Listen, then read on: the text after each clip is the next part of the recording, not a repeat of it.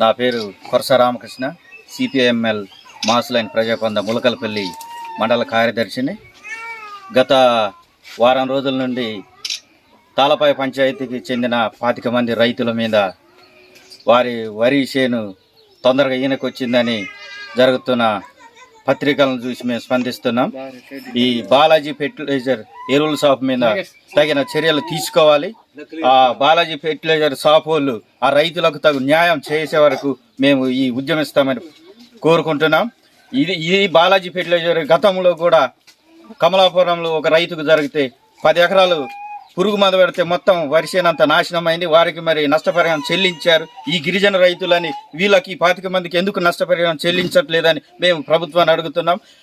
Balaji fertiliser ఎరువుల shop ఎవరైతే యాజమాన్యం ఉందో వారి మీద కఠిన చర్యలు తీసుకునేదాకా మేము ఉద్యమం పోరాడతామని కోరుతున్నాం. అలాగే వ్యవసాయదారులు కూడా, వ్యవసాయ ఏవో అధికారి కూడా స్పందించి ఈ బాలాజీ ఫెర్టిలైజర్ షాపును వెంటనే మూసివేయాలని కోరుతున్నాం. ఎందుకు ఈ నత్తనడకన ఈ గిరిజన రైతులంతే అందరికి చులకన అవుతుందో అర్థం కావట్లేదు.